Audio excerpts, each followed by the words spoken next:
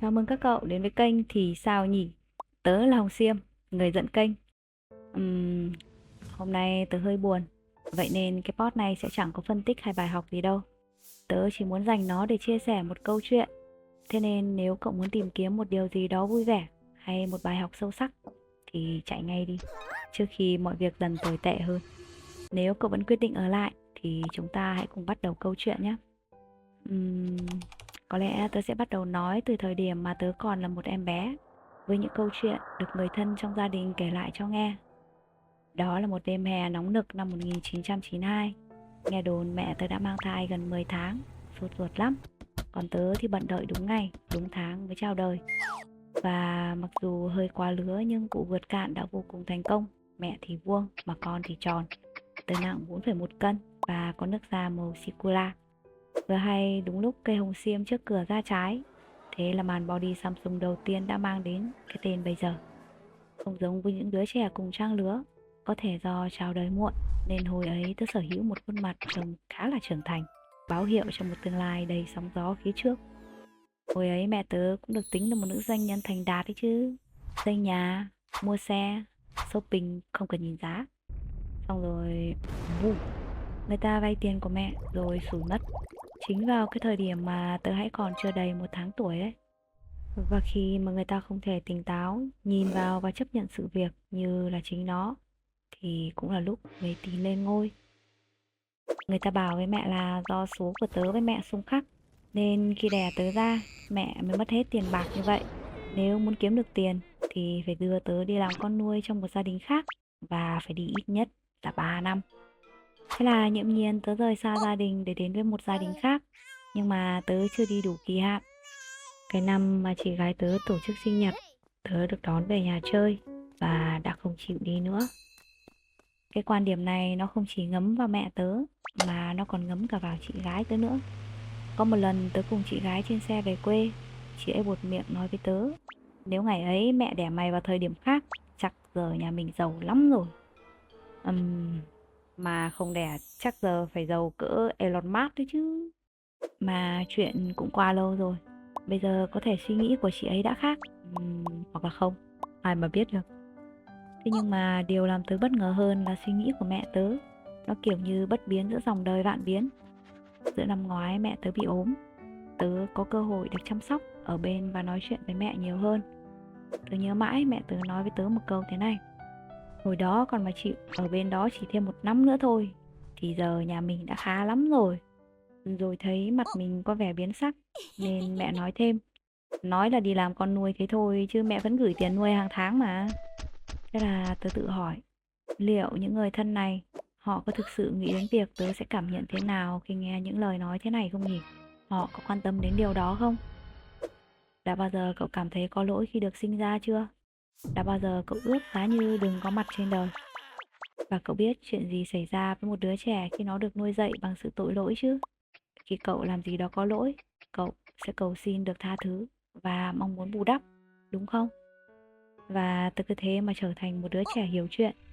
Những thứ kể cả tớ có thực sự thích, tớ cũng chẳng bao giờ dám đòi hỏi, dù chỉ là một cái kẹo. Vì tớ đã luôn tin rằng bản thân mình không xứng đáng. Mình đã lấy đi của họ quá nhiều thứ và mình cần bù đắp lại cho họ. Tớ thấy mình giống như một vệt tương cà trên một chiếc áo sơ mi trắng, là một sự sai lầm, một bất cẩn, điều không may mắn.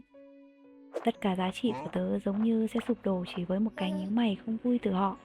Tớ đã sống chỉ để làm hài lòng họ, để bù đắp cho những tội lỗi mà mình đã gây ra. Thời điểm đó chính là như vậy.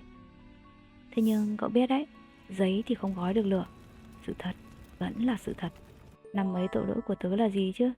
Tớ ngủ, tớ khóc và tớ đòi ăn. Việc mà hàng tỷ người vẫn làm khi họ mới chào đời ấy. Thế rồi mẹ tớ đeo cho tớ một quà tạ mang tên vỡ nợ, đẩy tớ đến một gia đình khác kèm với một cục tiền đại diện cho tình mẫu tử. Lúc mà tớ lớn hơn thì cái câu chuyện như một chiến tích, giống như việc bỏ rơi đứa trẻ và kiếm được một mớ tiền là điều đúng đắn, đáng tự hào nhất trong cuộc đời. Đôi lúc tớ cảm thấy như quyền được yêu thương của đứa trẻ khi ấy đã trở thành vật hiến tế để cả nhà có được cuộc sống khá giả như bây giờ. Vậy thì có lẽ họ nên cảm thấy biết ơn sự hy sinh của đứa trẻ đã bị bỏ rơi năm đó, thay vì tiếc nuối khi thời gian hiến tế chưa đủ.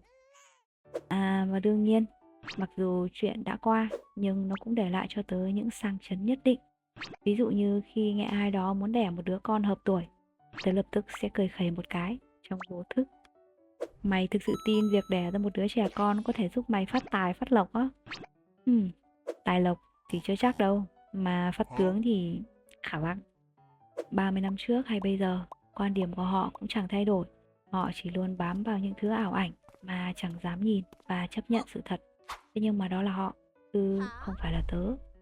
Người ta trao cho cậu một món quà, nhưng có nhận món quà hay không, đó là quyền của cậu. Tớ đã tình nguyện đeo quả bom đó trong nhiều năm, chỉ để nó không làm tổn thương họ, để họ có thêm thời gian nhìn nhận lại một cách thực tế nhất về những việc đã xảy ra với họ, về những điều mà họ đã nói và cách mà họ đã đối xử với tớ. Nhưng bây giờ đây, tớ không còn muốn làm điều đó nữa. Tớ muốn đặt nó xuống, nhẹ nhàng nhưng đầy dứt khoát. Tớ chỉ để nó ở đây, tớ không đưa nó cho ai cả. Ai muốn tới lấy thì cứ lấy, ai không muốn thì cứ bỏ qua. Có lẽ đó là điều cuối cùng mà tớ có thể làm cho họ, ngăn bản thân mình vứt quả bom này vào mặt họ. Tớ nghĩ không ít người sẽ khuyên tớ là hãy hiểu cho họ. Nếu cậu đã nghe hết những gì tớ vừa nói, hãy chỉ ra tớ đã hiểu sai gì đó về những việc đã xảy ra đi. Tớ đã hiểu lầm gì đó cho họ ư? Họ chắc chắn có những nỗi khổ riêng.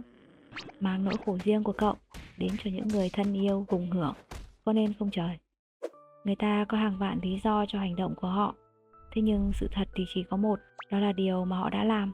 Họ chỉ cố gắng để hợp lý hóa, họ chỉ cố gắng để chối bỏ sự thật. Và đương nhiên, không thấy sai thì sao biết sửa. Thế nên 30 năm rồi, họ vẫn vậy đấy thôi. Vẫn tiếc nuối chỉ vì cần thêm một năm nữa. Tớ có cảm thấy oán trách hay giận dữ không? Nếu là cậu, cậu có oán trách, có giận dữ không? Tớ chưa phải là một vị Phật.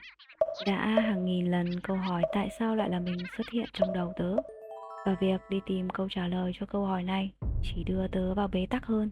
Chẳng có câu trả lời nào là chính xác. Nhưng có một việc dễ làm hơn nhiều. Tớ chỉ cần chấp nhận sự thật thôi. Làm thế nào để chấp nhận á? Hãy nhìn thấy nó trước. Nhìn thấy nó rõ ràng rồi thì cậu sẽ tự động chấp nhận nó thôi. Tớ đã từng là một đứa trẻ bị bỏ rơi. Và đó là tất cả những gì đã xảy ra. Chỉ thế thôi. Đó chỉ đơn giản phải là tớ. Không phải là chị gái, em gái hay là em trai. Nếu ngày đó không phải là tớ thì chắc chắn sẽ không ai khác phải rời khỏi nhà. Đứa trẻ ấy là đối tượng hoàn hảo và phù hợp nhất. Đó chính là thiên thời địa lợi nhân hòa. Và đó chính là nhân duyên. Khi nhân duyên hợp đủ, mọi chuyện sẽ cứ vậy mà diễn ra. Và kể cả có quay lại hàng vạn lần, cũng sẽ chẳng có điều gì có thể thay đổi. Triệu hạt mưa không hạt nào rơi nhầm chỗ. Chẳng có gì để oán trách hay đổ lỗi ở đây. Sự việc đã xảy ra rồi. Chẳng có gì một đứa trẻ 1 tuổi có thể làm ở thời điểm đó. Cũng chẳng có gì một người hơn 30 tuổi có thể làm ở thời điểm này để khiến một việc đã xảy ra khác đi. Thế nên có không muốn chấp nhận cũng phải chấp nhận. Đứa trẻ bị bỏ rơi là một nhãn dán. Nó đã từng là tớ, nhưng giờ không còn như vậy nữa. Tớ có thể bóc cái nhãn dán ấy ra và vứt nó đi. Tớ đã đủ mạnh mẽ và tỉnh táo để nhìn vào bản chất của sự việc và chấp nhận nó. Điều cuối cùng, tớ không nói những thứ này để khiến họ cảm thấy có lỗi. Nhưng nếu họ có vô tình nghe được và cảm thấy đau khổ vì điều này, thì đó là bởi vì họ đã không chấp nhận được sự thật. Họ có thể tiếp tục tàng lờ nó và sống như họ đã làm 30 năm qua, hoặc thử một lần nhìn vào chính họ. Đó là vấn đề của họ. Tớ đã quyết định không quan tâm đến vấn đề này thêm một lần nào nữa. Tớ phải buông bỏ nó một cách triệt để và tiếp tục sống cuộc đời của mình. Tớ cần phải xin lỗi chính mình vì đã ôm ấp và tổn thương bởi những thứ này quá lâu.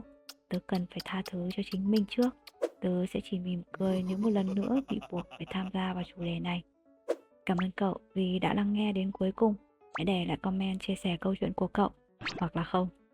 Bây giờ thì xin chào và hẹn gặp lại.